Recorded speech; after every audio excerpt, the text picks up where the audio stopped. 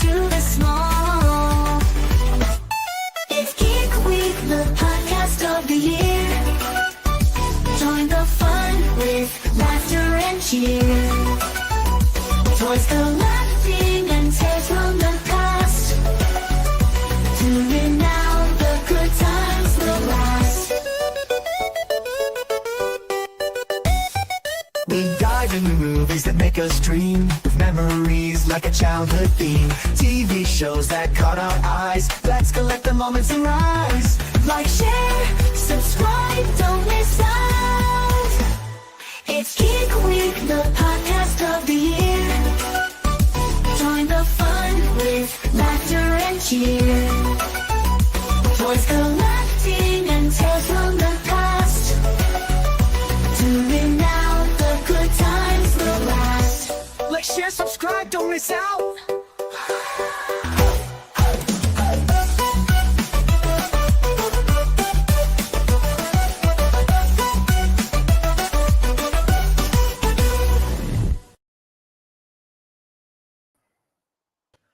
Ho! Gizmo.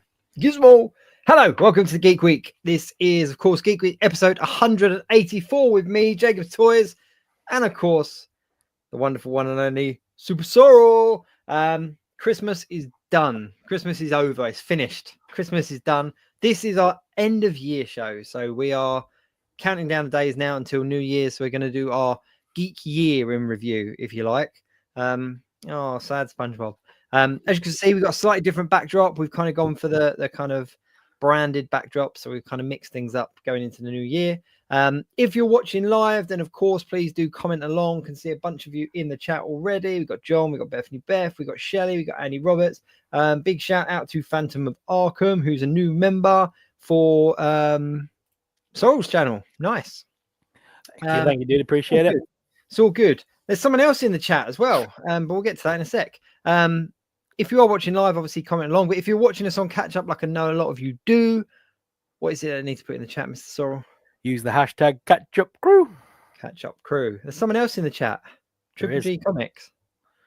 Oh, haven't seen him in a while. Should we? Yeah. Ring him. Ring him. See if he answers. Should I see if he? Should I see if he? Hang on. Yeah. Hello, Pete. Yeah. No, me and Sorrell, we're doing the end of year show. Do you wanna jump on?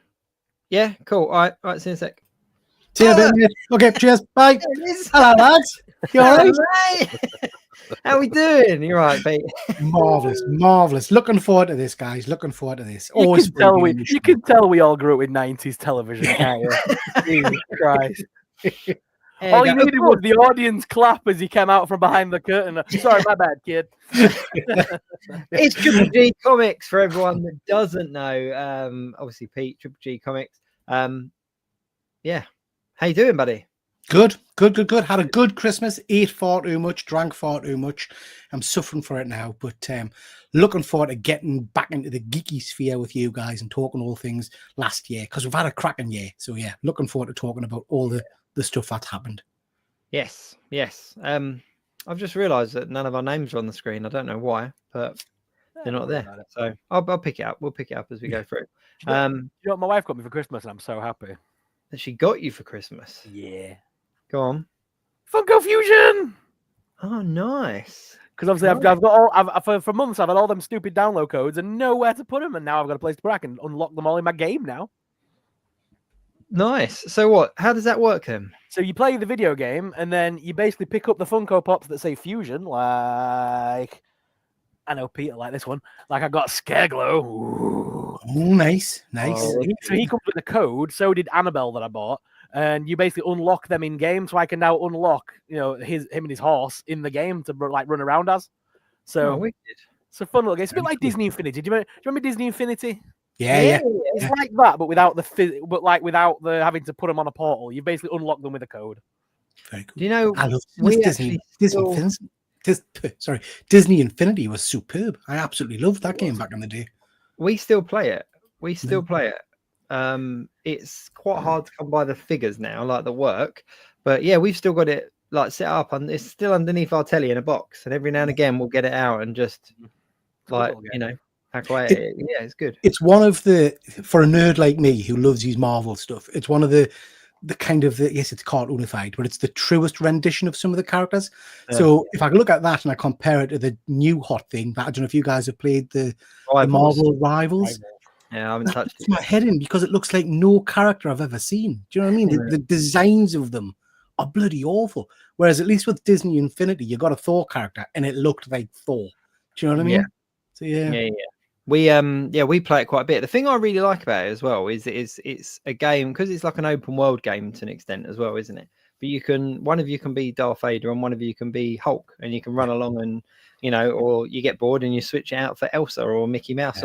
So, we've got a big old bundle of the figures, but I really like the little models as well. I quite like those. Like they're not bad display pieces. Yeah. And But you know that every single show I try and win you over with Funko. I'm trying to bring you to the dark side of the Funko universe. Go on. Today I went to Smith because of course I do. Where I live there, and they had Apocalypse. Ooh, that's nice. Age of Apocalypse, and they're doing other characters because you're going to be able to get Blink and Sunspot. Age of Apocalypse. Nice. Yeah, nice. But not only that. Are you ready? The City Hunter Predator. Awesome. They're getting some good characters. I see. I'm not a Funko Pop man, but I have to say, I think it was the last time I was on this show. Yeah, that's the one I was going to say. That's the only Pop I think I would be inclined to pick up if I saw it. This is the only one because it is true to. It doesn't look like a Funko. I think that's the thing for me. I could buy that, and it's not necessarily a Funko. Do you know what I mean? It's just a model of Audrey. Yeah, I have it on my shelf, and no one thinks of it as a Funko. Like it's just there. So I might just try to put her into the background of every show. Yeah, I got a patch of Harley Quinn as well recently. Oh, nice. He's still trying to sell them. I love Funko so much. I must admit, though, Sorrell, since you've been flogging Funkos, I do notice them now. Like I do. At one point, I would be completely oblivious to them, and I would kind of go into a store or whatever, and I wouldn't even notice them. But I do notice them now. If that makes sense. Mm-hmm. Yeah, I love them. For me, right, what it is what I'm collecting now, especially with like the minifigures and the pop vinyls, and it's a very inexpensive hobby now. So whereas like I do get the occasional NECA, the occasional Marvel or whatever, and they'll run me 20-30 quid, I can get like 3 Funkos for the price of 1 Marvel figure. Yeah. You know what I mean? I think the thing that I struggle with, but I am a bit of a completionist, so I like to get a full line. And with Funkos, there's just so many of them. It feels like it's never ending. Do you know what I mean? Yeah. But that's the new thing. You don't have to get. You can just get the set of whatever one's like Shaun of the Dead. You just get the set of Shaun of the Dead. The horror one, just get the set of horror one. There is an end in sight. It's ongoing if you want to collect multiple lines. But it's one of the things that I just pick and choose which characters I like the most and shove them on a shelf. See, but that's what I found with like Legends, for example, is that they were pumping so many out and so many variations that it just felt like it was never ending. Whereas kind of when I first got into the hobby, it was very limited and very few and far between. It was like, here's a Wolverine, and then you didn't know if or when you were going to get a Cyclops and a Jean Grey or whatever. Whereas now it's almost like they're continuing to push them out. And I even thought this. Have you guys watched the Marvel What If yet? Yeah. Seen it. Finished. So obviously they released an episode every day, and I think the final one came out yesterday or today. Yeah. Today, I think it was. Incredible 2-part finale. I thought I really enjoyed it, like really, really enjoyed it. But it got me thinking, and I was like, I saw some of the tweets from like the Marvel guys saying that save your money because there's things coming out in January, and I thought, I wonder if they're going to be tied in with What If. But then looking at the characters that they released, they've not completed those teams or those episodes or anything, and I'm just thinking like that final 2-part with all the characters and everything. Are we going to get those versions, or are we going to get other versions or anything like that? And it just got too much. And that's one thing I do like about 1/6 scale is that you can get a figure and it will represent that. It represents a franchise, doesn't it? Yeah. So what did you think of What If? I've got a video coming out about What If, and I can't get my head around why they've decided to end it with season 3, because it's got such potential. And then No. I kind of thought they introduced, spoilers, but they introduced an idea of the exiles at the end of the series. And I thought, oh, I wonder if they're just keeping tight-lipped and we're going to get an animated exiles series or something. Do you know what I mean? It just seems strange to end it. I think that would be my guess, because if you remember back to, I think it's San Diego Comic-Con 23, maybe, or it might be in 23. They announced that they're doing a zombie spin-off as well, aren't they? Yeah. Based on that one episode. Yeah. So I wondered whether they were gonna. They've established so many characters now, and there are obviously some strong contestants for kind of popular characters. Whether the what if kind of banner is going to finish, and instead they're going to, like you say, do like an Exile spin-off, do like the zombie spin-off, and that's where the money's going to go, as opposed to just, because some of those episodes obviously cost loads of money, but they don't do anything. Like Shelley's just said in the chat, the Howard the Duck episode was a bit odd. It was uncomfortably. I mean, I'm not going to say the word on your channel, but basically what we were talking about was she had sex with the duck, didn't she? And then she laid an egg. I mean, it's a bit of an interesting way for Marvel to go, I thought. Yeah. But, I mean, I understand, because obviously the character they later introduced was very cool. Yeah. And I loved the character, but I didn't like the origin story. I was kind of, it's a bit strange. odd. I just thought, I mean, I think it gets into its stride as the season goes on. The first couple of episodes didn't do much for me at all. And it felt very much like it wasn't a case of, let's have a cohesive story and then put voice actors around it. It felt like, which voice actors can we get a hold of that are in the studio, and let's just build a story around that. Who wanted Agatha Goes to Hollywood? Do you know what I mean? It was like the dance numbers and stuff was, just not my personal preference, I have to say. I was watching that episode and I just thought, were they taking the worst thing that Marvel Studios has done and marrying it with the best thing that Marvel Studios has done, hoping to get people interested? Because it was just like, it just felt like a spin-off of the Eternals, and it was like, and I quite like some of the characters. Like, I like Kingo as a character in the Eternals, but I didn't need to see any more of him. I was kind of like, yeah, okay, you're cool, but whatever. But no, but I think when you think about the money that goes into each of the episodes, if they were putting that into an Exiles, the zombies, and all that kind of stuff, I think that's where their money's at. So yeah, I think for me, the whole, because they've tried to base it around the MCU kind of, I think they need to drop that now and just make it about the Marvel universe in general. Because if you think of Star Wars, they did the Star Wars Clone Wars movie, then they made the Clone Wars TV series, then Rebels, and it's been awesome since. But you need that, they've done the establishing point with this sort of what if idea. Now they could go forward, like you say, you've got Exiles, you've got Age of Apocalypse with the X-Men. Yeah. You've got some good storylines that could pump out into mini-series and just have the voice actors return every time to play that role. So it builds its own little universe out of different characters, like pockets of characters.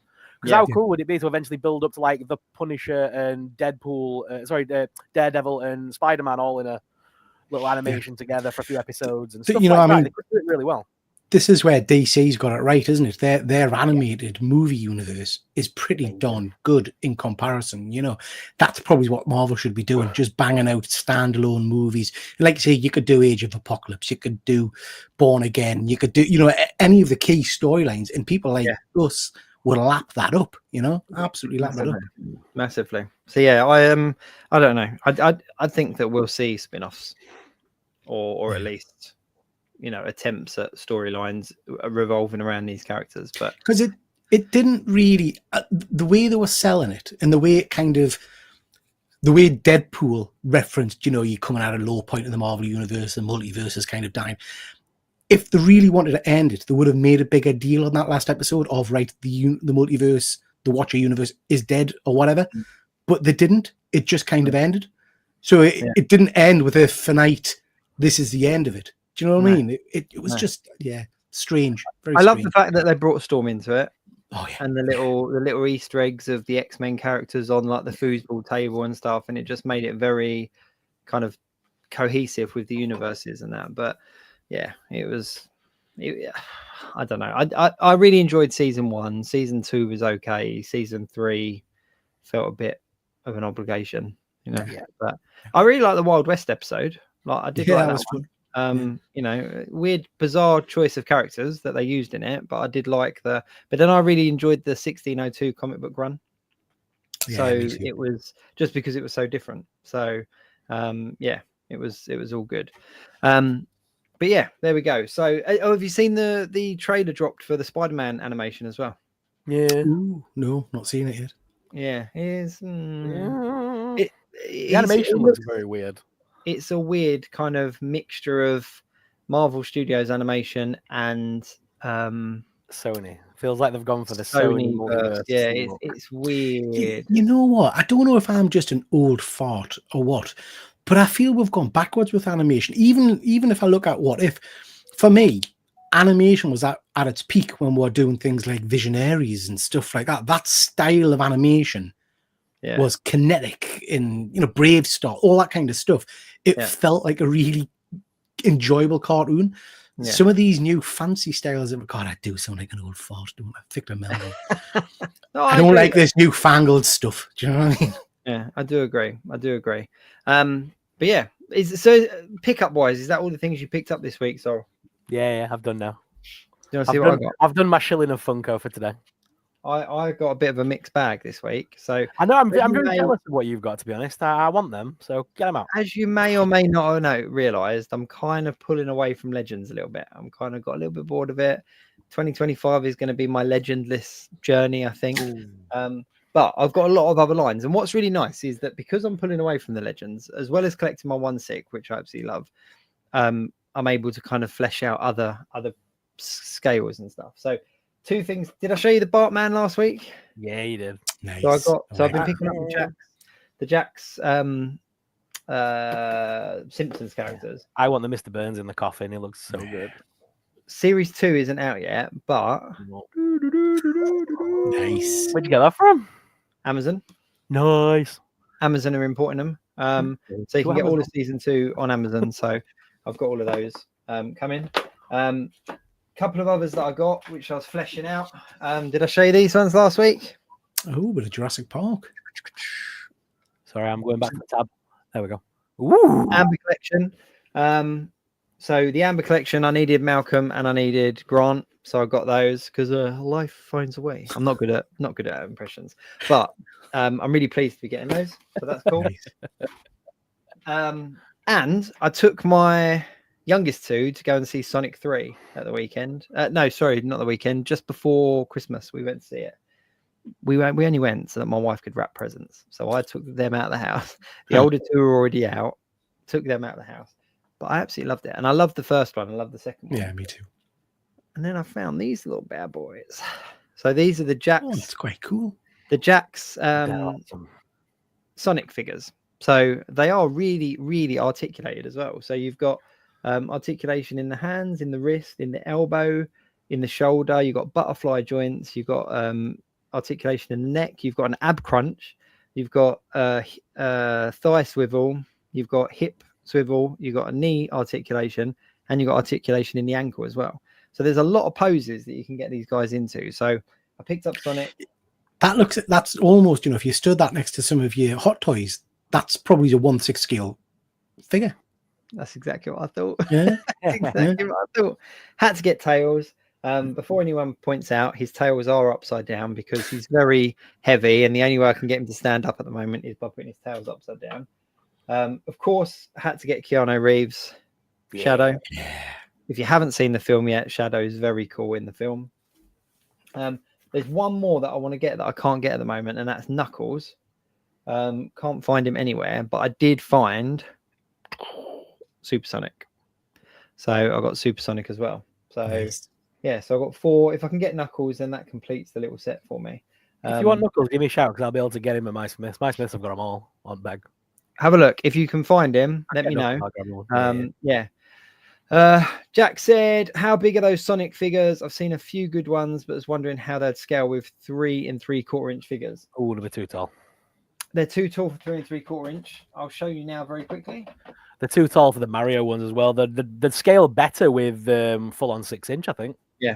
So there's your 3 3/4 inch, and there's your Sonic. Yeah. So they are quite big. However, they if you're looking for, if this is your 3 3/4 inch and you're looking for a Sonic figure like this big, they do smaller versions of them. Yeah. That are about £3, and they come in these tiny little boxes.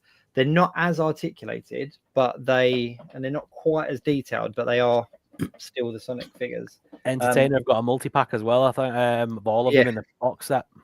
But for me, it was just, I'm a massive fan of Sonic. Sonic was one of my first computer games, and I do really like the movies. And so I was kind of like, you know what, I'll get some of these. And they're not expensive. I think they're about £15 a piece, which is not too bad. They don't come with any accessories or anything like that. That's it. Nice. Yeah, so that's what I picked up.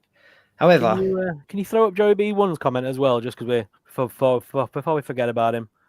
He does just say Happy New Year, Geek Week, and excited for 2025 journey. Well, thank you very much, Joey B1. Really appreciate the donation, buddy. Thank you. Amazing. Hope you have a good Thanks, year. mate. Thanks very much, buddy. Hang on. Bethany Beth said, "Will double-sided tape work?" Wrong comment. No idea. No idea. I don't know who I don't know who you're meant to be texting. Oh, double-sided tape under. I think she means under Tails' feet to keep him stuck to the. Okay, That's what she's referring to. Probably not. He's very top-heavy. But I use museum gum. Have you tried that? Yes, yeah. I've tried that as well. I haven't tried it on this, but he is. So the articulation in the tail, both tails have like swivel, and there's like a little like elbow joint articulation on it as well. So you can kind of go up, down, left, right. So you can move them around, and I'll figure them out. But they're nice. They are nice. So they're cool. Very cool. Now, without spoilers, and without really saying what it is, that post-credit scene, right? Which one? There's two. Well, you know which one I'm referring to. Yeah. I knew it was coming. Any true Sonic fan will know exactly what the post-credit scene would be. But yeah, it makes me very excited. For the not the most favorite of characters, but it's very modern. So you saw it coming. To be fair. Yeah. As soon as they announced Shadow, it was a guarantee that was coming next. My 5-year-old knew what the thing was. So yeah. However, I've gone down a little bit. I've got to throw this out quickly. So I did a post at Christmas talking about Christmas and stuff. I don't know if you saw it on Instagram, and just kind of, reminiscing about Christmas. And it got me thinking about Christmas memories as a kid. And we always kind of talk about, oh yeah, I had great Christmases, or we didn't have much money at Christmas and all that kind of stuff. We've all kind of got our own kind of history as kids, and we didn't have a huge amount of money, so a lot of my toys came from like markets and boot sales and stuff like that, like a lot of us did. But there was one Christmas, and when I actually thought about it, there's only one Christmas that really stands out to me, and it was the year that I got like all the Jurassic Park merchandise. I got the compound, I got like, and in my head I remember getting everything, but then when I actually started thinking about it, I didn't get everything, because for the next couple of like birthdays and stuff, I got Jurassic Park stuff. So it kind of threw me down a bit of a rabbit hole. And by Boxing Day, I'd kind of rebought a lot of the original Jurassic Park stuff. So I'm very excited, because to go alongside my Amber collection, I've now got a lot of the original dinosaurs. I've got the original figures already and stuff like that. And it's going to be good. So I think 2025 for me might be a little bit of a retro kick with something. Nice. Yeah, Very nice. Going down that path. And I completely forgot that the original Jurassic Park figures came with a trading card as well. Yeah. And obviously I'm a sucker for a trading card, so now I need that complete set of 30. And I'm happy to say that I only need like 11 now. Wow. I jumped down. Be good going then. Yeah. So, but yeah, so it's all good. What about you, gents, for Christmas wise? Do you have any Christmases that like stand out for you? Yeah, my dogs are going mad in the background. It's my wife coming in. Just quickly show off a couple of figures that I got over Christmas, if you don't mind, that I'll tell you about. Yeah, Christmas. Go for it.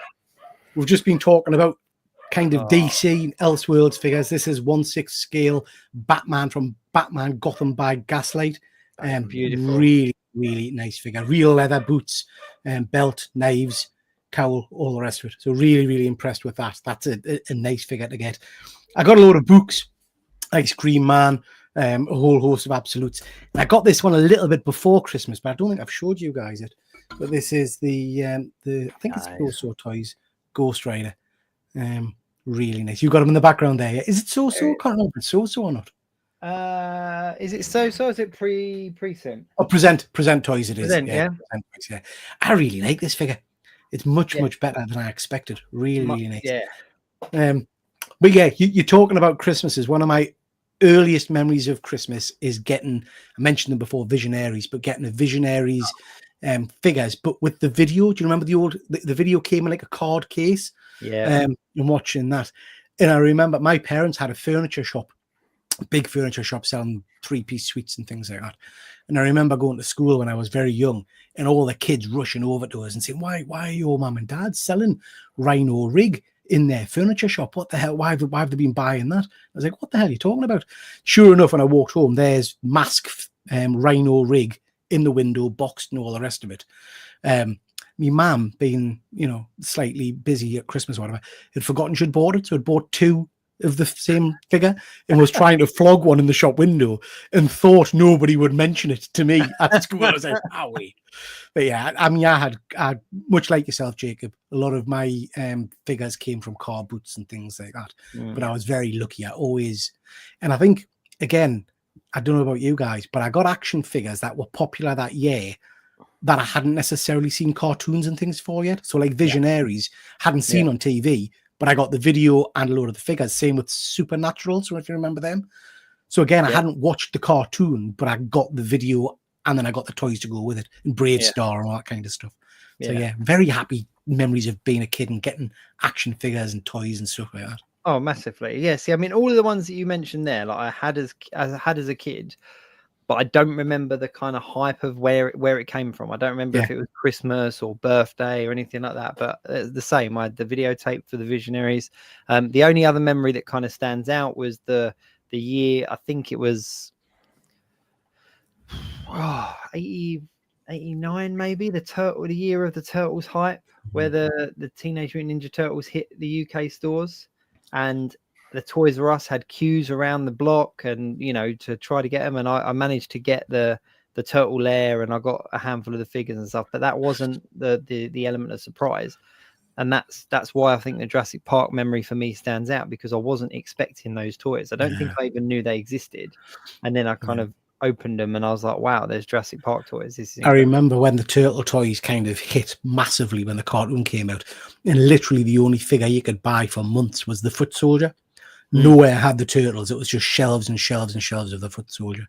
I think because of that, because I never had a Donatello. Like I never had an original, like official Donatello. And I think my nan bought me one off the market, and it was like a proper bootleg. I think the plastic was some kind of drug that had been melted down and kind of used to ship into the country. But so for me, having the turtle figures and having like the retro carded ones and all the different, I've got literally every version of Turtles that caught my eye. Just because as a kid they were something that was so hard to obtain. Being a grown up and kind of going, I'll have that. It's just the thing. About you, Sorrell, you got any like Christmas memories? Yeah, the one that stands out the most for me was, I think it was like 1996 or 7. It was when Batman and Robin came out on VHS, and I got all the 2-packs because all the figures came in 2-packs. It was like Poison Ivy and Bane, Batman and Freeze, Robin and Batgirl, and I basically got all the little sets of figures, and I think I even got like a Nerf Batman gauntlet thing that you fired on your wrist and things. And I remember back then. Do you remember when you used to be able to go to like I just go to my local news agents, and they had like when they used to do that, the adaptation of the movie in comic book form. It was like usually I think it was Panini UK that used to release them, and still probably do. I remember getting the comic book and everything that was Batman and Robin based. My parents went, I think down Toys R Us just going, I'll have all that. Thanks. Yeah. So it was the one Christmas that I remember, because like you say, a lot of the Christmas when I was younger than that, it was things that came from car boots and secondhand and markets. That was the first Christmas I remember getting things that were like packaged items, you know what I mean? Like you that was like fresh out there. Yeah. I think those toys dropped around like October, and my parents obviously saved up through the Halloween season to get them for Christmas. So I remember like opening all them, like being really excited for having all those figures with the film just dropping as well, I think at the same time or something. Yeah. You know what? It's funny you mentioned packaging, because just very quickly to kind of stay on topic, go off topic, where you have two kinds of collectors, don't you? You have your in-box and your out-of-box kind of collectors when it comes to your 6-inch figures and stuff. And I've got a huge theory that this all stems down to how you receive toys as a kid. because you'll either keep them in the package because they never were in packages, or you don't care for the packages because you never had packages. Like for me, the box was nothing more than a catalog. It was kind of what's on the back, boom, done. And if I could somehow repurpose that box into a base or a vehicle or something like that. But you get some people that are obviously really, particular about keeping the boxes, and I'm sure that stems down to how we receive things as kids in that respect. Because if you got stuff from a car boot, they didn't come with boxes. They were the figures were the toy. It's funny you're saying that because I think you guys know I'm a big Masters of the Universe fan. And I was at a toy fair a couple of weekends ago, and there was a guy you guys might have heard of, Monkey's Emporium. Have you heard of Monkey's Emporium? Yeah. And he had some graded Masters of the Universe figures in pack, but they were very, very pricey. And I was really, really tempted. And it took us a good 10 minutes of kind of going through my mind. I was thinking, I'm literally just paying because it's in the package, whereas actually the rest of my collection is out the package. So why would I be paying through the nose? Not through the nose, it was a good price, but why would I be paying just to say, oh yeah, I've got one on card? It doesn't make sense. Do you know what I mean? So I ended up walking away from it, and then I've regretted it ever since, obviously. But yeah, I don't know. I take all of my stuff out of the box. I do keep my boxes for my 1/6 scale figures, which is a problem in itself because the garage is bloody full of them. But everything else is binned. All my other figure packages are binned. Yeah. They're funny enough. They're the only box I keep, the 1/6, because you're kind of like, it's funny though. Next year, mate. Me and you, Pete, we're gonna go toy hunting to all them stupid toy fairs that are around our neighborhood. I'm gonna take you Funko and dolly hunting. Did I tell you I went with business with my work down to Leicester a while ago, and I'd been watching on YouTube. Do you know the Leicester toy vintage toy shop guy? I was so excited to get there. I was there on the Monday, Tuesday, or whatever, and he's bloody only open like Thursday in the weekend or something. So I was stood outside the shop messaging him on Instagram saying, "How are mate? Open the shop for us. Come on." And he said he would have, but he was away that day or something. I was like, "Oh, come on." So yeah, that's on my bucket list to go and visit that place and to do some more toy shows and things around the country. Yeah. Well, that's what we got planned, isn't it, for next year? I know me and you were going to do like the Birmingham and London and stuff like that, but I mean, like closer to where me and Pete are, we've obviously got a lot of like there's Tyneside, Newcastle, Leeds, Doncaster, Sheffield. There's so many around here that we can get to on like a random Sunday. Do some toying, but there's some really like obscure ones as well. Like there's like Elsica and all these really random ones, Barnsley and have you been to a brick fest yet? Have you been to a Lego festival yet? I don't do Lego, mate. I know you don't, mate. But I'm still going to drag you to the Newcastle one, bud. Big fat fingers, man. I can't cope with Lego. It just frustrates us. It breaks. So yeah. Just to rub it in, Peter, Andy said, "Let's Toy Shop is my local and it's amazing. And I'm actually going tomorrow." Oh, Andy, take some photos, Andy, and send us some images. Any vintage, it's ridiculous because it'll be full. But yeah, just take some photos for us because I'm the guy's on Instagram and he's very, very chatty on Instagram. He seems a nice bloke. So if I kind of get down there, he put a picture up. Again, I don't know if you guys have seen this or not. I get sometimes a little bit obsessed with TV series, and then when I see a toy that I wasn't aware existed, I get like super obsessed. So I'm a massive fan of a sci-fi show called V. Don't know if you guys remember V with the lizards. And the Leicester toy guy put a picture up of a large scale action figure, like a Barbie kind of size figure, with a human head, and then the head comes off and it's the lizard underneath. I didn't know that thing existed. He wanted 250 quid for it, but it was like, oh my God. So yeah, I absolutely love that. So I feel that's coming in my future at some point. I'm going to have to get that. Yeah. A couple of comments coming through quickly. Fuzzy Dunlop said, "Even Norbill, all for the best of 2025. Thank you very much, mate. You too." And he said he will. Owner Joe is brilliant. Jack Addison said, "You're gonna have to let me know when and where that brick fair is in Newcastle, Sorrell, because it's news to me." I'm going to be posting a list of this list of every convention, toy fair, and that I plan on hitting next year. I'm going to tick them off one by one. Yeah. I've got loads. I've got some with Jacob. I've got some. I've got all the Horicon-y ones. There's a Wrestle Horicon this year. I'm hitting that. So like, there's so many random obscure ones that I just can't wait to find. Amazing. Bethany Beth as well said, I have a full set of Super 7 William Stout Master of the Universe collection figures. Nice. I think Beth's got a really decent collection. Yeah. I think we need to see some photos of this collection, Beth, because I think you're a dark horse here with what you got, because it's especially when that cat slayer comes in. She's got the old cat slayer on pre-order. But yeah, so 2024. Seriously. Sorry. 2024. What are we looking back at with 2024? What are you going to kind of remember? I'm just Ken. That was this year, wasn't it? I'm just Ken and I'm enough. Oh dear God. You know what? Speaking of, as you mentioned, Ken, yesterday I travelled up to Big Smoke, went up to London, and went to the Tim Burton exhibition. Oh, yeah.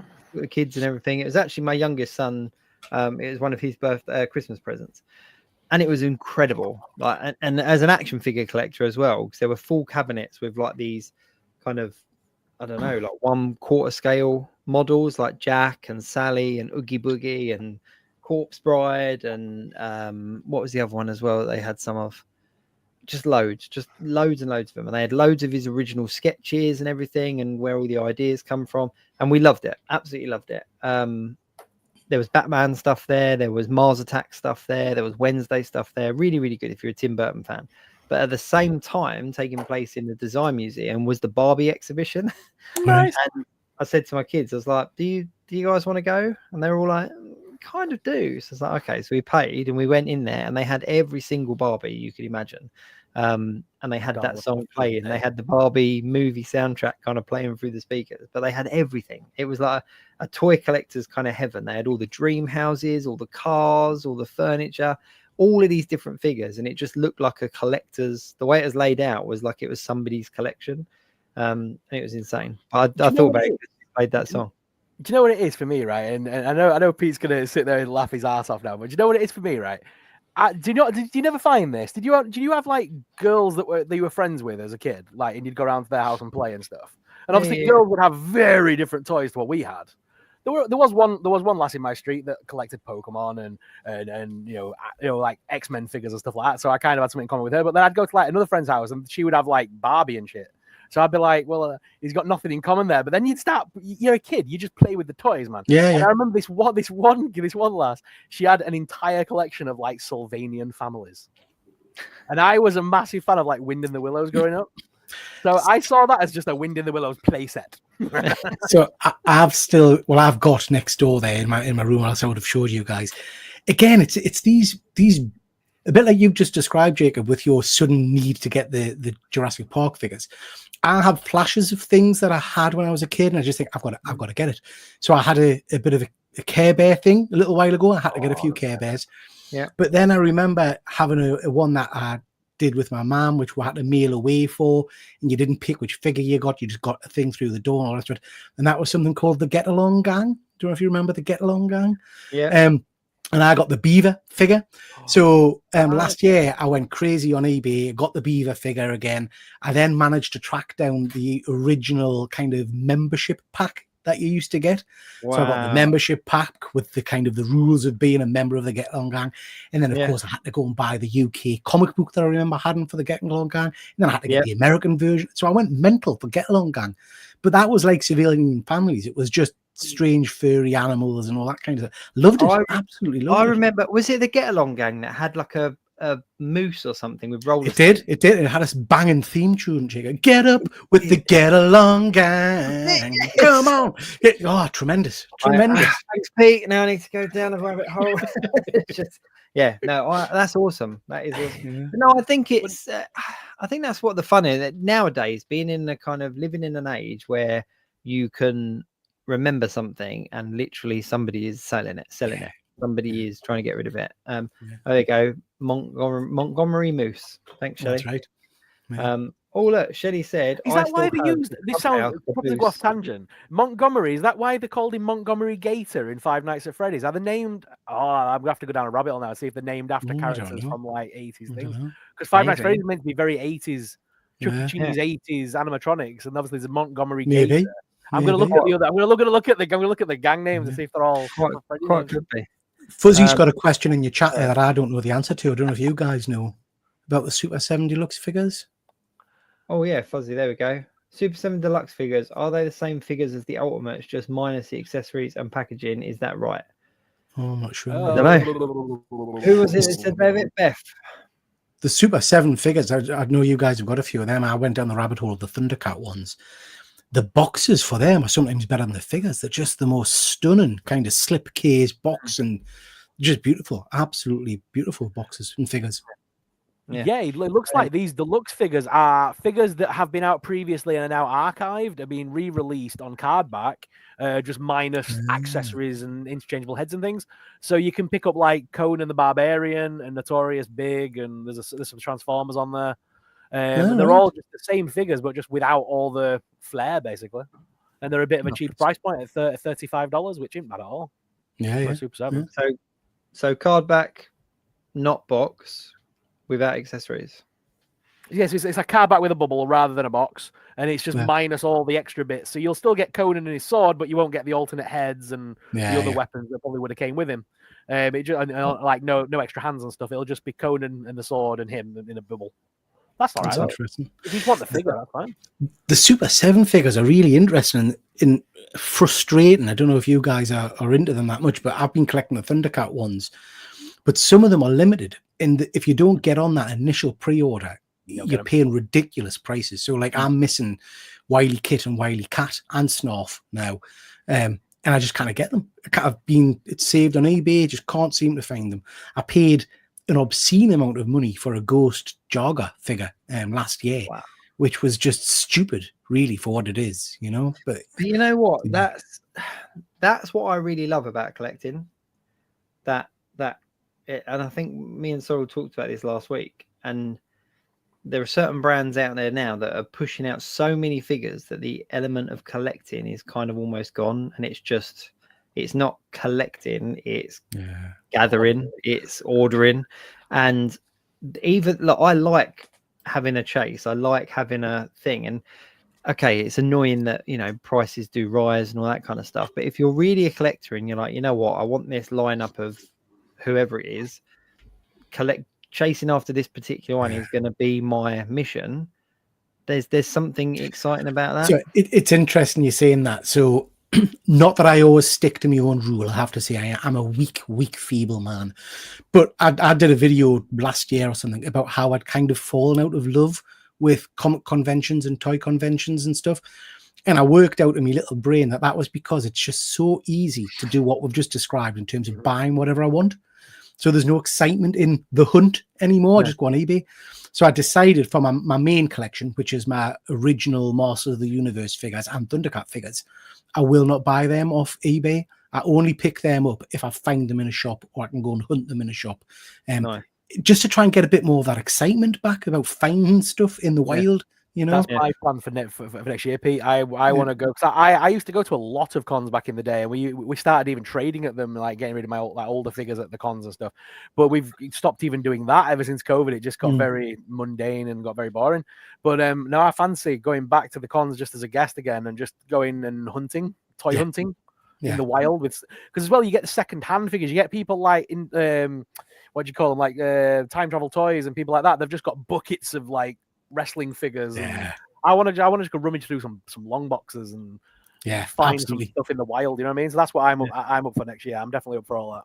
Yeah, well, I think for me that's where the passion comes back, because, like I say, it is too easy to just get what you want on eBay, and that works in your advantage sometimes because you can stuff that you might never find in the wild. You can go and hunt it out on eBay, you know. But for the majority of stuff, I'm like, no, I'll only pick up a Masters figure if it's in a toy fair or something like that. Yeah, no, that's a good rule to have. But yeah, it's definitely about the hunt. The hunt is definitely a big part of it. And I think depending on what line you collect, you know, that's one of the things that I do quite enjoy about the 1/6 scale is that, yes, there are pre-orders and there are things coming out, but to actually kind of think about a franchise and kind of go, oh, actually, I'd really like to represent that franchise, and then trying to find out where you can get something and who you can get it from and that kind of stuff. it's better than just kind of going online and pre-ordering stuff. And the only danger with it is if you're like me and you've got a poor memory, you end up duplicating stuff. So I did a vlog video 6 months or so ago where I'd gone to a toy fair, picked up a load of He-Man figures, and I was filming in the car. This is what I've got, blah, blah, blah. And I posted the video as I was driving home. And one of my regular viewers messaged on the video and said, Peter, you've got that one, man. You've got that. I was like, don't be ridiculous. I got home and sure enough, got 2 of the bloody things on the shelf. So I forgot. So I got 3 of the same figure now. You know, and it's like, oh, come on, man. Which figure was it? I've got to ask. Yeah, because I'm going to give them away. I've got 3 of Whiplash. Yeah. That's awesome. But just going back to, because we're going to run out of time if we don't move on. But just going back to this year and what I remember most, I put this little pile together of the films that I'll remember mostly from this year. And Transformers. I mean, I love DVDs. I know a lot of people go get Blu-ray. I like DVDs. Transformers 1. Oh, I loved it. Love Transformers 1. It's such a shame it's not going to continue. But you know, have they confirmed? Sorry, have they confirmed that? Have they said it's dead and gone, mate? It's dead and buried, which is sad because it was really good. Such a shame. Terrifier 3. Yeah. I prefer number 1, I have to say, but loved Terrifier. Mousetrap. If you haven't seen this, please watch. Not seen it. Maxine was the biggest hype film of the year for me, so love it. Civil War. Amazing drama piece. Amazing. Yeah. But I've got to admit, my absolute favorite thing that ever happened this year. I forgot when we're talking on your channel. I forgot about this one. Abigail. I forgot about Abigail. It was such a damn good movie with a great cast behind it. And worst film of the year. And I watched it recently. I picked it up, mate. What is that? What is that, Gabriel? No, couldn't even give that back to the store. No. Andy, just quickly, Andy said, we went to cinema today to watch Transformers 1 for the first time, and oh my god, it's amazing. We've pre-booked to go again on Friday morning. It's a real funny one because I'm a massive Transformers fan. And again, I'll just reference I'm an old miserable sod. I was kind of like sat there at the start and this is Peter Cullen, this is ridiculous. Where's Peter Cullen's voice? Blah blah blah. And then about 10 minutes in, I start thinking, oh, fair enough. Half an hour into it, I was in the end. The last half hour or so was everything I needed it to be. It was just superb. Loved it. Absolutely loved it. For me as well, that Transformers 1 stands out as a massive memory for me because obviously I went to the pre-screening back in June, I think it was. Took my son to it, and there was nothing like being in a room full of kind of 150 kind of die-hard Transformer fans, all like excited about what we were seeing, and that feeling of that, I'm sure that 90% of the room probably went through the same emotions you did because it was the same journey for me. I was like, oh man, I don't know if it's going to work. At least I brought my son. Then I was like, oh, okay, I'm kind of watching it. And by the end, I'm like, I am Optimus Prime. But I think, and it was just a great journey. And obviously being able to go and do that whole thing, it was just a brilliant film. And it's a real shame that they're not carried on. But maybe that's the beauty of it, that they're not carrying on. Nowadays, everything is a franchise and a series and it will just stand on its own as a really cool film. That's true. Yeah, very true. Very true. Yeah. I can't think really for me what my standout movie moments were, to be fair. There's been so much.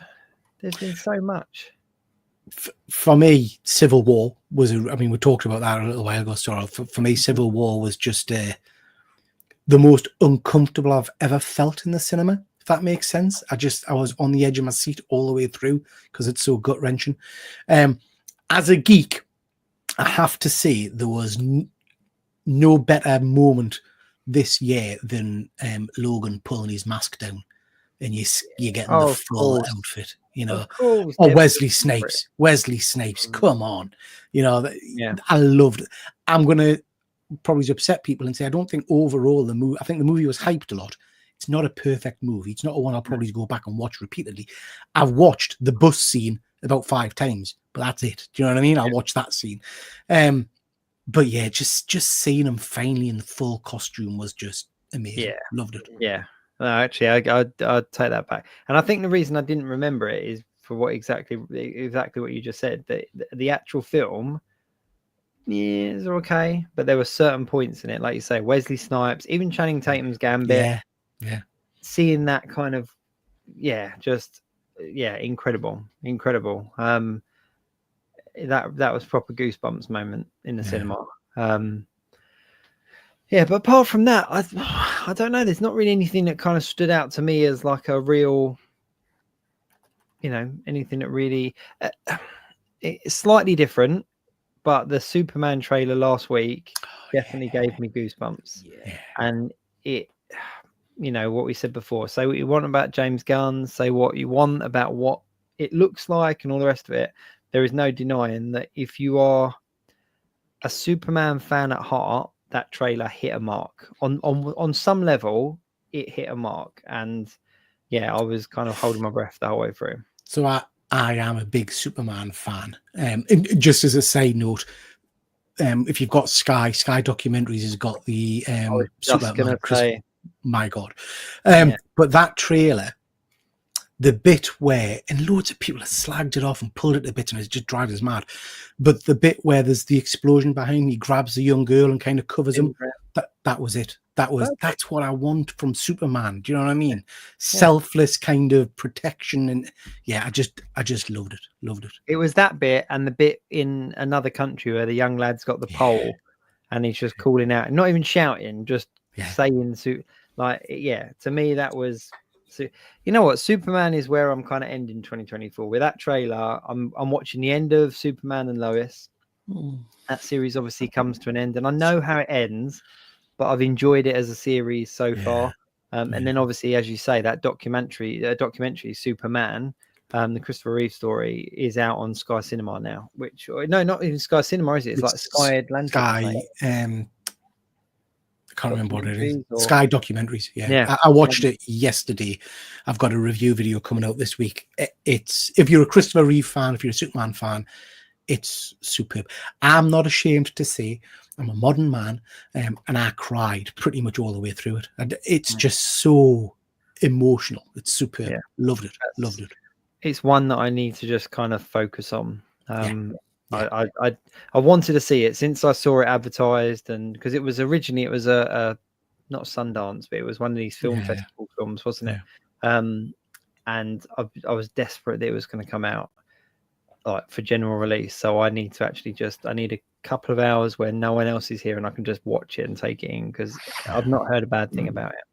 And I suppose on one slight variation TV wise, Dexter New Blood, or Deadly Origins even, the new one, started a couple of weeks back, and obviously it's taken us into the new year. As a massive Dexter fan, I'm absolutely loving it. So TV wise, that's kind of where I'm at. But it's been a good year. John, just very quickly, has said Alien, Romulus. I still haven't seen it. I need to. I do need to see it. Horror wise, the big surprise for me this year has been Heretic. Absolutely loved Heretic with Hugh Grant. Very cool. I heard lots of good. I haven't seen that yet, but lots of good things being said. But I think he's one of them actors that has the flair, that he's got the capability of doing good horror. I just never really done it, has he? Yeah. So we've got about 30 minutes left to show. So let's talk 2025. Let's talk about.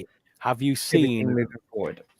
Are you ready for me to just blow your mind with the amount of films we've got coming out? You putting this up? I can try. If I disappear, it means my computer went nope. Let's have a look. See if we can put it up. Might slow me down a bit.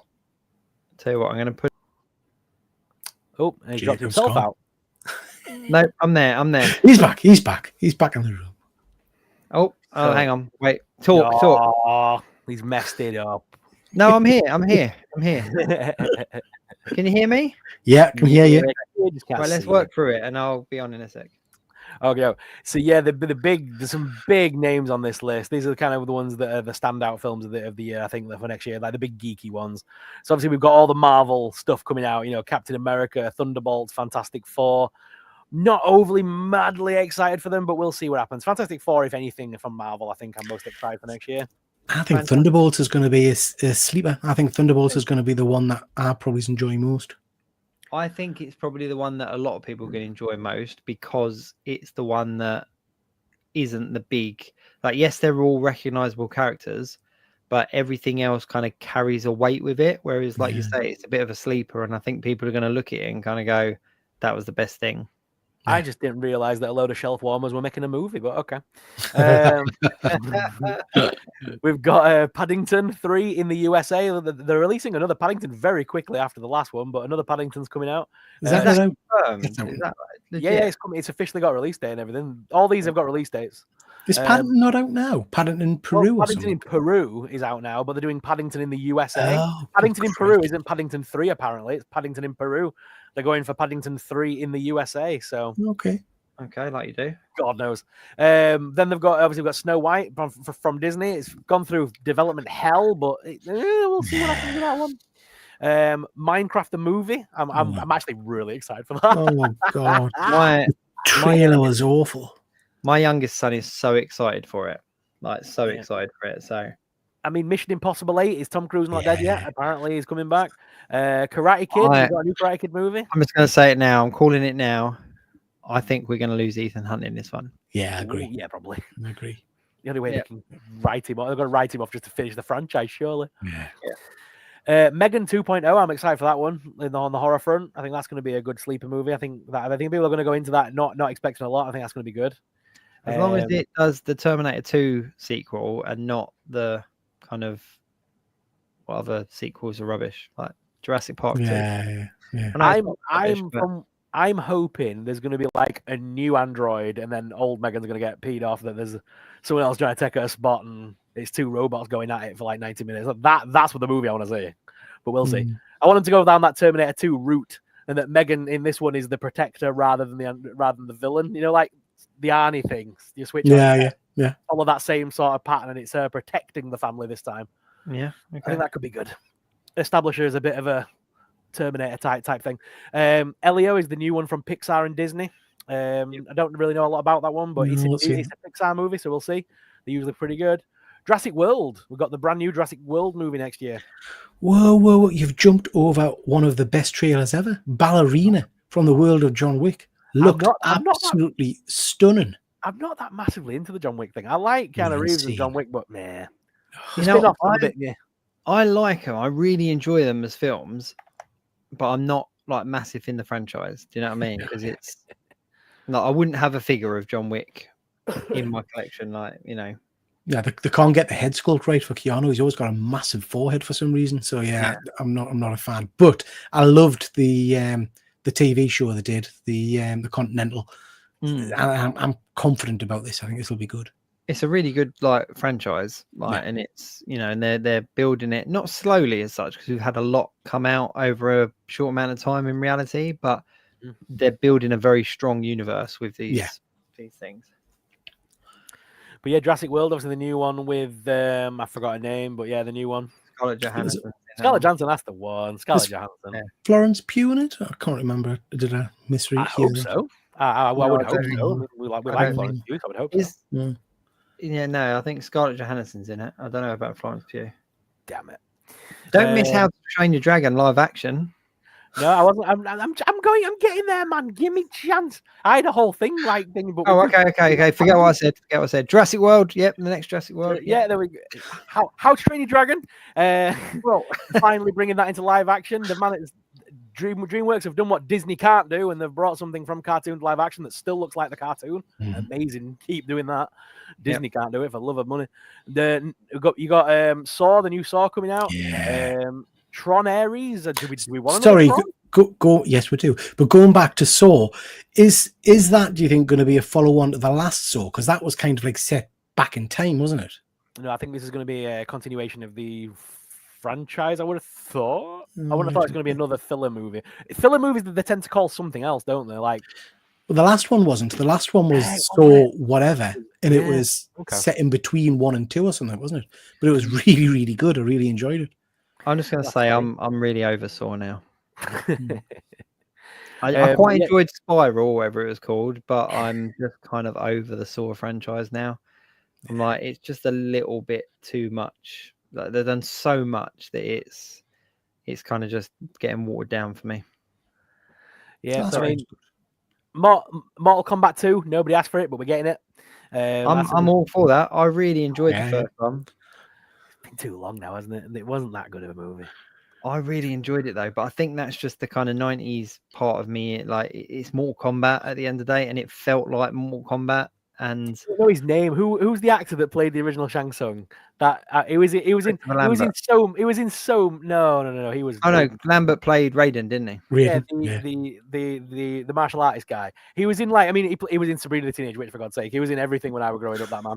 And I can't hear anyone else's voice. When I hear the words, finish him, that is his voice I hear. You know what I mean? Yeah. Goto, finish him. The thing is, Mortal Kombat, Street Fighter, all those kind of like beat 'em up games, they're very difficult to make a movie out of because there isn't a storyline to a beat 'em up. Like no matter how hard they try. Don't get me started on the 90s movie. That's my favorite film. That's my favorite franchise right there. Oh, it's brilliant. I love it as well, but it wasn't Street Fighter. Let's be honest. Like Street Fighter is just, Street Fighter is just levels. Just fight this person, fight this person. But yeah. On a side note, though, I did get Marvel vs. Capcom for the PS4 at Christmas. Oh, is it out? Oh, I'm gonna forget that. A lot of fun. It's just old school arcade fighting games. I'll pick that up. Sorry, carry on. But I mean, Marvel Studios Blade, I believe that's now dead, gone, and canned. That's not coming out. That's not out this year. Next year, I mean. It needs to die a death. Zootopia 2, I mean, it's been a long time since Zootopia 1. Do we need a second movie? I'm intrigued to see what they do with it. No, Five Nights at Freddy's 2, though. Five Nights at Freddy's 2. You know what? You've only got to look at the sheer amount of like numbers there are behind these films. They're all sequels. Like there's so many sequels. Like I remember back in the day when, Lion King or Aladdin or whatever, and then it came out with a sequel and everyone was like, don't be stupid. Don't do a sequel. Like it's ridiculous. Like whereas now it's like we eat it up. Yeah. It is the year of sequels, this, by the way. There's nothing but remakes and sequels. It really is. Listed up. But yeah, Five Nights at Freddy's 2. I'm excited to see where they go with that franchise. As you know, I'm a ridiculously big nerd for that. But then we've got Avatar. I enjoyed the last one. Mate, but the new avatars are red, and they're like tribes people, and they're red, and I just no. Peter Pan tried this in the 40s, and we had to ban it. No. I don't need another What Makes the Red Man Red song. I don't need another one in my life. God, the last film was okay. The last film was pretty entertaining, but I don't think anybody's really screaming out for more Avatar films. It's too long since the original, Yeah. But it's all right. Pocahontas in Space was a good movie, but the sequels are trash. I mean, we've had the sea people. Now we're getting the fire people. So underground people, is that the fourth one? And the air people, are they coming? Ridiculous. Wolfman though looks amazing. Really looking forward to Wolfman. I love the fact that you've just gone. It's ridiculous after just talking Five Nights at Freddy's number 2. Wolfman looks phenomenal. The trailer for that is superb. Yeah. People are complaining about the design of the Wolfman though, but I think that trailer looks old school horror, like everything you kind of want from a classic horror film. It looks practical effects, and that's always a winner for me. Last week I watched Last Voyage of the Demeter. I don't know if you guys have seen that one yet. Yeah. Superb film. And the only bits that let it down are when the vampire's on screen because it's all CGI. You're like, man, just give us a guy in a mask with some fangs. That's all I want. But so the Wolfman trailer jumped out at me because it looked practical effects. But I think back to, he's talking vampire films. I think back to like the original Salem's Lot and that bit at the window where he's scary as anything. And that scared the living daylights out of me. You can't get that with CGI. You go for that practical effect and you make something because no matter how old you are, your brain recognizes CGI as CGI. Yeah. Whereas when it's practical effects, it plays with your psychology and you're kind of like, what you're seeing is real. And I think that's why the practical effect things always resonate better. I think that's like why the original Jurassic Park was more effective than the newer ones and stuff. So so I think if this Wolfman is all practical effects, I think it could cement itself as a good film. I honestly think I still think it, and I've been saying it for a while, and I'm gonna eventually I'll get to go and call it eventually. But I've been saying I think Blumhouse Universal have done a very smart thing because they put out Invisible Man ages ago. great movie. Then they've made Wolfman, a modernization of the Wolfman story. They've made Abigail, which introduces Dracula and the daughter of Dracula. And then they have just recently announced that The Mummy is getting a remake with the Evil Dead director, but that again is on behalf of Blumhouse. And there's also on this list, you'll see that there's a film called The Bride, which is The Bride of Frankenstein, starring Jake Gyllenhaal. And that again is another Universal Pictures movie. And they're all modern versions of the Universal monsters.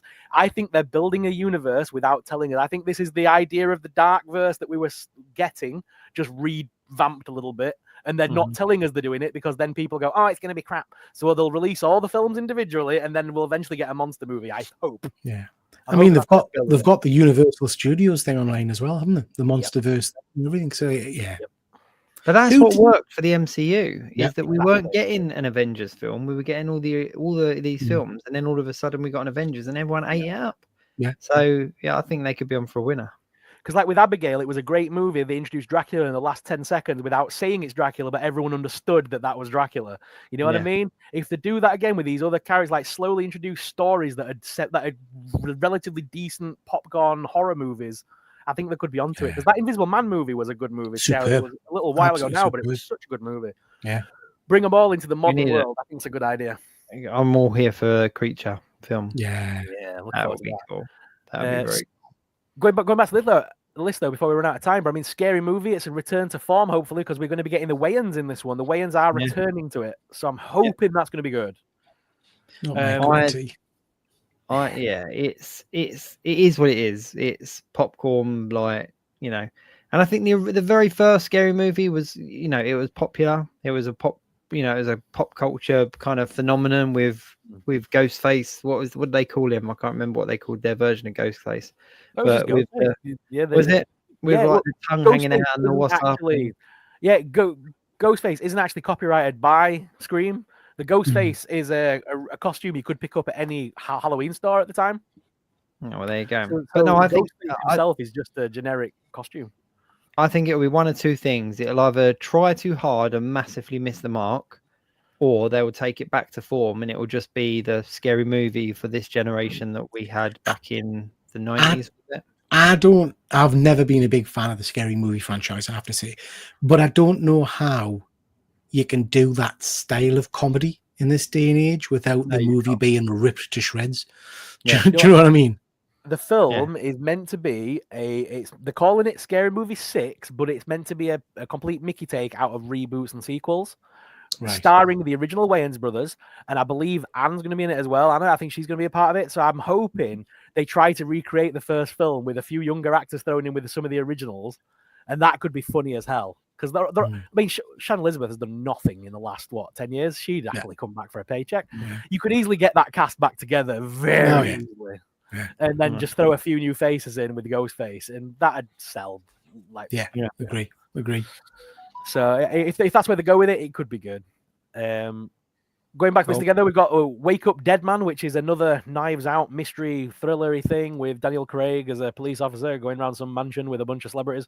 Which I really like. I like these films. Yeah, enjoy them. Yeah, they're very clever. Josh Brolin, Glenn Close, Kerry Washington. There's a fair few names in this one. It looks relatively good. Mila Kunis, Jeremy Renner's meant to be in it. I'm not sure if his role was inevitably written out because of his accident. I don't know, but he's still casted as being in this film. Yeah. So we'll see what happens. But we got that one. Then we've got the accountant too. I don't know what the accountant is. I don't think is the accountant. That's a surprise to me. Is the accountant that? Ben Affleck film from about 10-15 years ago. Oh god, it is 2016. The accountant starring Ben Affleck and Anna Kendrick. Oh my god, who's asking for that? Who wants a sequel to The Accountant? I really enjoyed the first one. Oh my god, John Lithgow. I can't even remember it. The first one was a good film, like for what it was, but I don't know if we need a sequel. And in case Insidious, the Red Door wasn't bad enough for you, Insidious 6, we're going to get some more of the red-faced demon himself in this movie. You know what? That red-faced demon was good in that first 2 seconds you saw him, and then never again. When he just appeared and then vanished. That was when Insidious was good. That last film was trash. The Red Door one. And I think I told you at the time, Sorrell, when I was talking to you about it, it confused me because it's the same actors in the Conjuring films, isn't it? him from Yeah. Aquaman. And I didn't have a bloody clue what I was watching. I was like, why is he not married to her anymore? Where's the Worrells and what's going on? Yeah, it made no sense to us. So yeah. Is it Insidious or is it The Conjuring where you've got the tiptoe through the tulips? Insidious. That's Insidious, right? That's the song they used in one of the films to put him in the trance state to get him into the other realm, wasn't it? Yeah. So everyone on TikTok adopted that as the go-to ghosty horror noise. So the first time you hear that, when she's walking around the house and she hears the record playing and she looks in and there's a little boy dancing to the record player, and then she walks to the next window and he's gone. That to me was one of the best things Insidious done. And then after that, it was rubbish. Yeah. Basically. So yeah, Insidious 6. I can't believe they made 6 of them damn movies. Monkey Paws Him, and he had no clue what that. No clue what that is. But The Bride, I'm excited for The Bride. As I say, Universal Monsters. It's got a hell of a cast to it. Christian Bale, Jake Gyllenhaal, Peter Skarsgård, Penelope Cruz. It's got a decent listing. They're billing it as being one of the like big films of the year. So set in 1930 Chicago. Exciting time. Incredible. Looks good. Yeah. Now You See Me 3. We're going to get another magicians doing a heist of some description. I liked the first one. Yeah. I like the second one as well. Like these are like the twist in them were so good, and the caliber of actor in it as well was just fantastic. So if they can pull off the third one, I'll quite happily have that as a trilogy. Yeah, me too. I mean, SpongeBob the movie. It was if we're crying out for another SpongeBob movie. SpongeBob at the Search for SquarePants. Yeah. Yeah. I mean, I think this speaks. We're going to be definitely pulling that face. Yeah. But yeah, another SpongeBob movie, and apparently it's not a Netflix thing. This is coming to cinemas. It's got the ghost or whatever, the green little ghost guy they use a lot in it. He's going to be in it, and Mark Hamill has joined the voice cast on this one. So. Peter Dinklage and Hannah Waddingham. It's got some right names to it, but we'll see. Again, the Smashing Machine. No idea. No idea what that is. But again, I think we're getting a Michael movie about the little things. Michael Jackson, a movie about Michael. I've not really heard of that one, but apparently it's slated for next year. Cool. The Conjuring 4, the doomed film that's been in production hell, is finally coming out. That could only mean good things, people. That could only mean it's going to be a corker of a movie to finish off the franchise. And they've said this is it. This is the finito. There's no television series now. This is it. This is the thing. Okay. The final of the Warrens. Yeah. I'm less excited more now. I love Annabelle. You guys know I love Annabelle and I love the Nun. I love the monsters of the Conjuring universe, but the Conjuring films themselves are boring as hell. Yeah. The first one was amazing. The second one was all right. Then it just goes downhill from there, doesn't it? Yeah. The spin-offs have been doing far better. It's a shame that we'll never get to see the final. Like the Nun, I believe the entire universe is getting rested after this. So I believe the Nun isn't getting a film now, and they've closed a lot of doors. And we're never going to. I think the eventual plan was the girl from the Nun. I think she was a relative of the Warren, or they were going to try and play it off that she was a relative of the psychic Warren lady, because it's played by a sister, isn't it, in the movies? Okay. Okay. They were gonna eventually link that up somewhere down the line, and that's why the Nun is so interested in them and all this crap. But yeah, we're never gonna see that now. Again, the Nun 2 last year. Was that last year or was that this last year? Wasn't it? Yeah. Last year. Great film when they kept the kind of the creepiness at the end. Totally jumped the fence when they went into CGI weird giant monster type cack, which was just awful. We spoke a lot about that this year, saying that films were good, and then all of a sudden the endings went off the freaking rails with some of these movies. Yeah. But yeah, 28 years later, I think is the film to watch next year. I think that is going to be an outstanding movie, hopefully. Yeah. Didn't appreciate it's part one of a trilogy. So that's going to be quite exciting. Interesting. Yeah. Looking forward to that. Yeah, I think it's very clever as well, the way that, obviously the way they've staggered them, like whether that was an intention or not, but having the 28 weeks later kind of coming out when that did, and then obviously now we're having 28 years later, sort of 26 years after the original. I'm all up for it. I love a zombie post-apocalyptic movie anyway. They're kind of one of my favorite genres. After looking at that list of films, though, one thing that gets me excited for next year is looking at the potential merchandising opportunities there. we've got another year of Marvel, a big year for DC next year with Collectables, I think, with Superman and Pop Vinyls, and they're gonna be pumping left, right, and center. Then we've obviously got all those horror films for Pop Vinyls, Collectables, action figures. There's a lot of kids films coming out, a lot of Disney, a lot of Universal and stuff, a lot of remakes, and there's all merchandising movies. I mean, Minecraft the movie, Five Nights at Freddy's, they're gonna sell ridiculous amounts again. Yeah. So I'm excited to see what comes of it and what merchandising comes of it. Yeah. If you look at just even the Superman film, they've cleverly stacked that with a lot of DC kind of characters, even in just the trailer, so 4 or 5 different characters. So there'll be figures, I'm sure, for all of those. In terms of 1/6 scale figures, we know that they're doing a load of hot toys based on Wolverine and Deadpool movies. So I wonder if they'll get the same kind of deal with Superman. If we'll see some quite unique figures like a metamorph and all that kind of stuff, would be really interesting to see what we'll get from them. That'd be very fun. So yeah, most Superman for me, that's the big one. Superman, closely followed by Thunderbolts, I think. Jurassic Park, I'm excited to see where they go with that. And also the new game I think comes out next year as well, which is the return to the Island Uber and the original story and stuff. So I'm excited to see where they go with that. Have we got maybe it wasn't just on the list, but have we not got a Thanksgiving 2 movie next year, or is that going to be year after? I think so. Let me double check. That was just a list of all the big sort of popcorny movies, wasn't it? But Thanksgiving, I was very stupid and just Googled the words Thanksgiving 2025. Obviously, that's not going to help at all, is it? Thanksgiving movie 2025 provides an update. They're in early days at the moment. There's no official release date yet, but they're hoping filming begins early 2025. So hopefully, it's not a big film that need loads of CGI for, is it? So hopefully, they might have it out in time. Yeah. Do you know what I'd like to see another film of? What? 2000 AD stroke Judge Dredd. Not Judge Dredd, just Dredd. Give us a sequel to that Dredd movie with Carl Urban, because that was a disgrace that didn't get a sequel. I think because he was perfect in the. I don't want Arnie. Don't give us Arnie. Give us that universe's Dredd. Yes, Sylvester story. Yeah, it was just no, not for me. What? I loved it to hate it. That said, give us a sequel to Demolition Man with Sylvester and Snipes back in. I'd go for that. I'd go for that. Yeah. All right, so running into the last kind of 10 minutes of the show, if there was something that you didn't know was coming in 2025 that you really hoped did, is there anything that you kind of, like we're saying there about movies and franchises, if you could hear about something making a comeback or something being rebooted or something like that, is there anything that jumps to mind?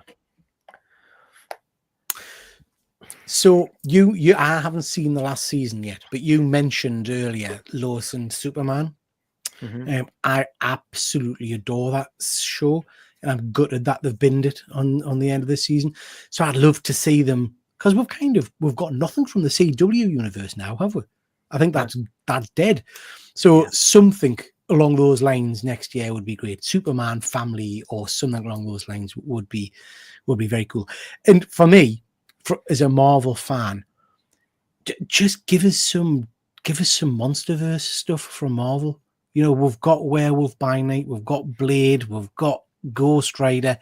I just want to see some of the spooky side of Marvel. And we've got the open door really with the Agatha side kind of stuff now. So give us something along that lines.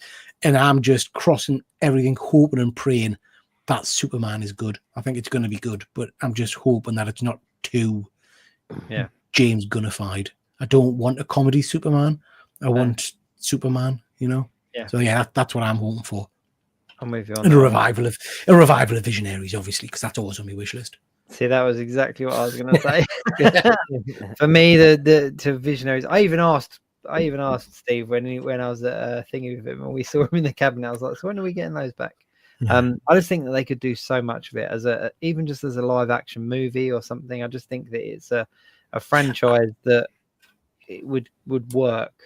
I still think, as an 80s nerd, I still think there's a lot of potential for it to get some kind of mask series. I think we know we've got a G.I. Joe Transformers crossover coming. In the movies, G.I. Joe have got nothing that would stand up to the Decepticons. So the only natural progression from that is they use kind of Autobot technology to develop their own weapons. That's just Mask. You know, it leads into Mask for me. So I hope we'll get something along those lines in the future.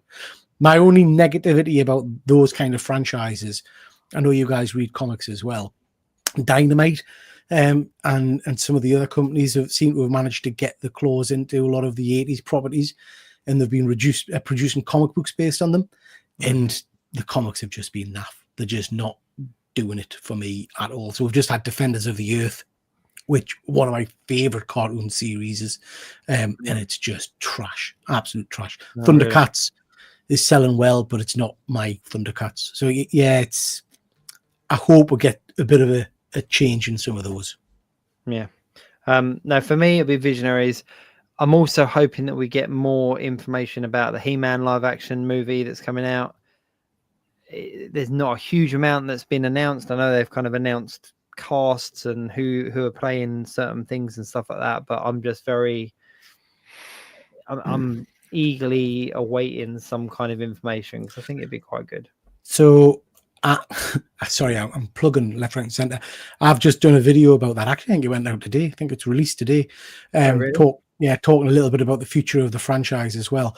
One of the things that was rumored, so it's not fact, but one of the things is rumored is that the movie's going to be set where Prince Adam's been on Earth for a number of years, and then he gets taken back to Eternia and has got to kind of rediscover the soul of power and all that kind of jazz. I think that could be quite interesting. Could work. It could work. The thing that with the He-Man film is that the thing they got to remember is that He-Man was very campy, very monsters and barbarians, and it just needs to be true to the source. I think if they make it true to the source, they can't go wrong. If they try to make it relevant to a modern audience, it will fall on its face. I'd like to just see some kind of revival of some of these 80s things, like we mentioned, Brave Star, you know, Centurions, Visionaries, He-Man, Thundercats, like all of those kind of things, like to get some kind of justified direction. What about yourself, Sorrel? I'm only hoping for one thing and one thing only next year, that Stranger Things has a damn good ending. Of course. Yeah, of course. I'm still calling it though. Eddie returns as a vampire. He's coming back as a D&D character. He's going to come back as the Vampire Lord. But I still think that the way they kill Vecna is how they killed him on the D&D table. You know, the scene with Eddie, and I've got to feel it'll come down to Dustin and I forgot her name, Lady Applejack. It'll come down to them two, just like in the D&D game. All the other characters have been like not obliterated, but like they've all been knocked down, pushed aside, wherever you want. And it just comes down to them two. And obviously Dustin goes in and he does the near miss, just like in the D&D game they played. And it comes down to Lady Applejack getting the final hit. That if it can go back to that, and then it just like the ghost of Eddie's just there with a pair of D&D dice in his hand, going oh, like he does in that scene and stuff. That chef's kiss, you did, because then that's foreshadowing and that's the story coming full circle. Beautiful, but you know it's going to be some CGI, ridiculous, over the top. I don't know. I mean, I think the last season was probably the best television I've ever seen. Yeah, it just got better and better and better. So I'm hoping they don't drop the ball on the last season. Have either of you guys seen the London stage show? Because I'm really keen to see that. No.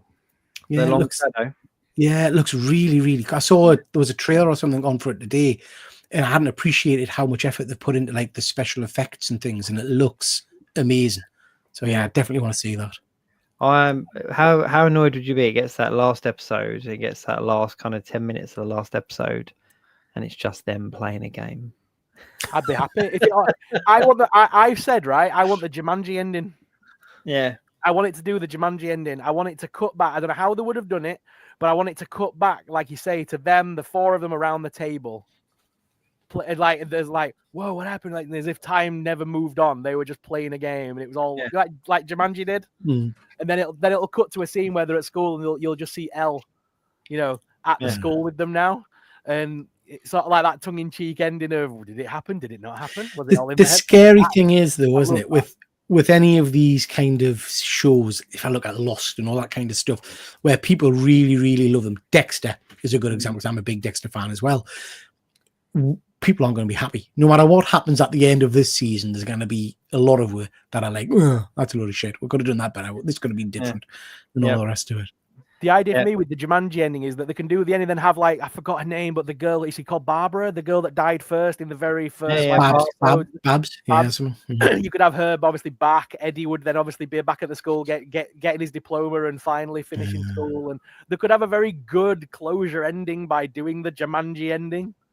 But obviously it would pee off a lot. Can you imagine the internet uproar? It would be ridiculous, wouldn't it? We're going back to, is it Dynasty or Dallas when he comes out of the shower and it was all just a dream the last season? That's basically what you want, isn't it? Yeah. It literally is just them playing a game. That's it. Well, the whole thing was started by them playing a D&D game. The whole thing is based around D&D. It would be a perfect that would make it D&D the movie without ever saying it.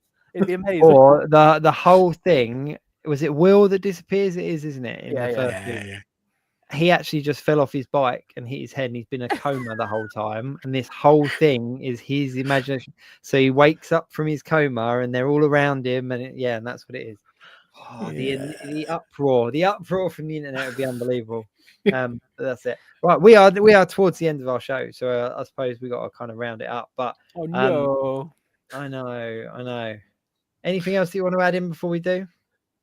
Next year, we're extending the show to 2 hours long. Yes. Oh man. No, but we have got a lot of exciting things, coming from the new year. Obviously, we mentioned we're going to be doing a handful of cons together. We're going to be getting around and moving up and down the country and doing some stuff. So hopefully we can like you both just said. I'm very excited because I mean next year, like Jake wants to go to. There's a couple of places you want to visit, Jacob. There's a couple of places that you said you want to go visit, Pete. I'm all up for linking in, boys, and going to these places. I want to tour the UK next year massively. Yeah, 100%. That's what it is. For me, 2025 is all going to be about in-person and relationships and doing stuff. That's what I'm looking forward to. But everyone that has been watching and everybody that obviously will be watching on Catch Up, thank you very much for tuning in, and thank you for all your support this year. Pete, Triple G Comics, obviously, if you're not familiar with him, where can they find you, Pete, before we do go? Yes, I'm on Instagram and over on YouTube as Triple G Comics. Do all your comic book kind of content, toys, geeky stuff, pop culture, all that kind of stuff. And I've also got another channel with my pal James T. Keegan called One Good Scare, where we do all your horror content. So lots of stuff going on. Super. So everyone that is watching and supporting, obviously, we do hope that you have a fantastic new year. Boys, where are you? We've not even mentioned. What are you guys doing? Is anyone doing anything special? We have, since my kids were little, we'll have we'll call it a casino night, but it's not a casino as such. It's games. Have you ever watched The Cube, that old TV show? I basically set the house up with cube type games, and the kids come and we'll play that kind of stuff. So yeah, we've got that going on New Year's Eve. Amazing. So what about yourself? Well, my wife's Malaysian, so we don't actually celebrate New Year until the 29th of January this year. This has all been a fast for you. It's a normal day for me. No, like New Year, we just have dinner with my family and stuff like that. But yeah, we have a real.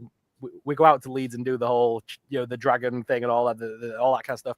We do all that on Chinese New Year, which is 29th of January. So I've got a whole month to wait, boys, till it's 2024 for a bit longer for me. There you go. Happy days. This is blowing my mind now. Whoa. No, we're just staying low, staying quiet, staying with family. So do the old midnight and fireworks and that kind of stuff.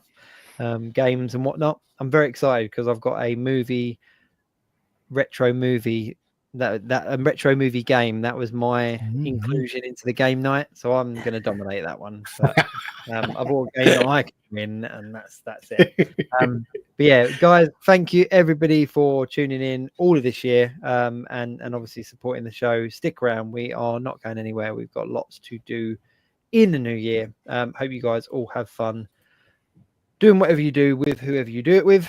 Sounds like a public service announcement, doesn't it? Stay safe. Pete, thanks very much for joining again, mate. It's always a blast when you come on. So that's it. Stop trying to run out of the clock. What? I can see the clock. We've got 10 seconds. I'll fill these final 8 seconds for you, mate. Don't worry. We're nearly at the 90-minute mark. We're nearly there. If you end it, in about no. Guys, have an amazing new year. We'll see you next year. Until then, keep it geek. game over, man. It's game over. Like, share, subscribe, don't miss out.